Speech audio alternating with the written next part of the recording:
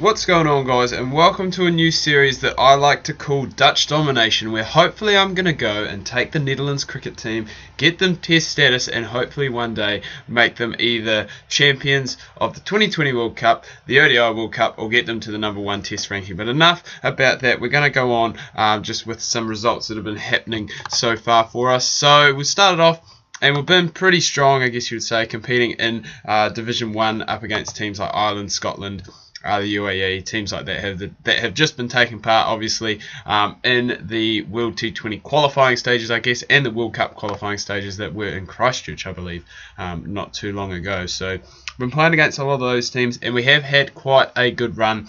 Well, I'd say we've had a pretty good run. So we started off first with some ODI games. We're in the 2020 World Championship Div 1 now as we pick up another wicket, Jamal. But before I do go into this, I would like to apologise to any Dutch fans who are listening. Obviously, my Dutch is not very good, and some of the pronunciation of these names are going to be terrible. So I apologise in advance for that. I do know a few, and hopefully I'll be able to go and learn them as we go further into the series. So we started off first and beat Kenya by 7 wickets in the first game there with Bakar. See, I can't even do it. Hang on, it's this guy here now. I guess you'd call it Bakari. He took 3 for 43. Ryan Tenduscarter, who I've brought in even though he's not playing for the Netherlands in real life, but I brought him in, and he took 2 for 33. And Tommy Cooper unluckily hit a 96 not out as he continues on his great form.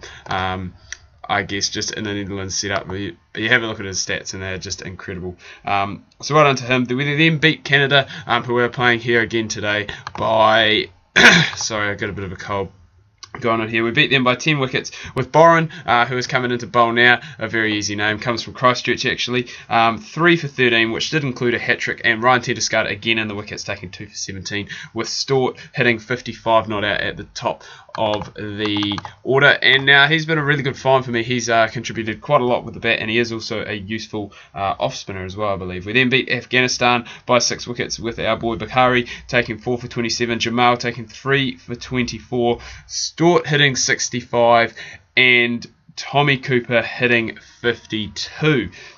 We then lost to Scotland by 3 runs, which was a very close game, with Van der Goyten taking 3 for 26 and Stort hitting 95.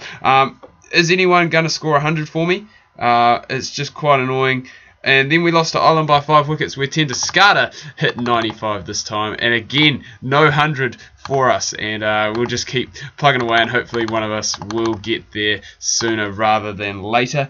But Jamal did take 3 for 37 in this game as well. This must be caught, surely. No, it's gone all the way. It's gone over his head for 6.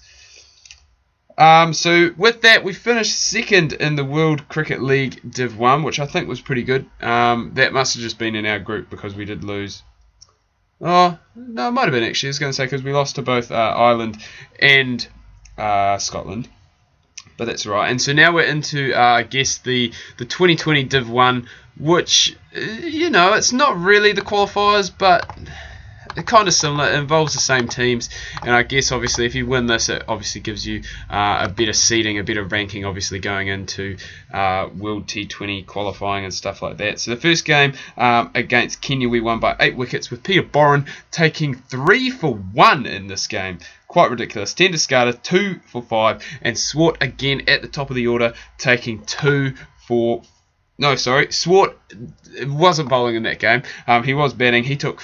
Oh my god, I'm just struggling today big time. He scored 52 not out, and then we beat Afghanistan, which I think by quite a big margin, especially for 2020, by 37 runs. Boren scored 41 in that game. Jamal took 2 for none, and Saleh, who was bowling just before, took 2 for 14 before we then got demolished. And by demolished, I mean demolished by Ireland. I've got to change my bowlers. Who am I going to use? It's the problem. Sometimes it seems like I have too many bowlers to pick from. That's what our captain actually said on Saturday. He said, when we were going into bowl, I said, oh, we've got heaps of bowling options today with a few fill-ins that we had. And he said, yeah, sometimes we have a few too many bowling options, which I think can be true. Tenduscarter has just got it on a string here. He's on 3 for 10. He should take 5 for. Ooh, that's a wee bit of lag. Something you don't normally associate with a game of this nature. Lag. And I haven't worked my bowlers very well here because there is going to be one over at the end that someone's going to have to bowl. Come on, 10 discarder. 2 wickets, son. That's all you need. There's one. Get the last one. Get the 5 for... No, you're not going to. And now I need someone to bowl just 1 over. Didn't work that very well at all. Alright, but we've got it anyway.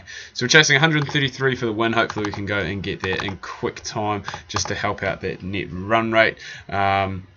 Obviously we're not going to be as destructive as the Dutch were the other night. If we were, this game would be over very, very quickly. We would get there in probably about 8 overs. But starting off strong here, and I do just have the one more game. Obviously that game that did get smashed by Ireland by 49 runs. This is a huge margin in 2020 cricket.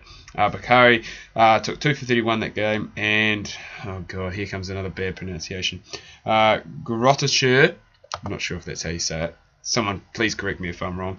Scored 48, but that wasn't enough to get us over the line, and we did lose that one quite heavily. But apart from that, obviously we still won the first couple of games. We've lost to Ireland. Hopefully we should get a win against Canada here, and then we can go and hopefully progress through, maybe even win this. That would be cool, as you know, don't seem to be playing too quickly, but they do just seem to be going and getting the job done at the moment. The run rate's not really creeping up, and we're just getting there time by time. Swart, second 50, right onto him. It's not super quick. Tommy Cooper's going super slow, but he has just hit a 6. He hit plenty of those the other night.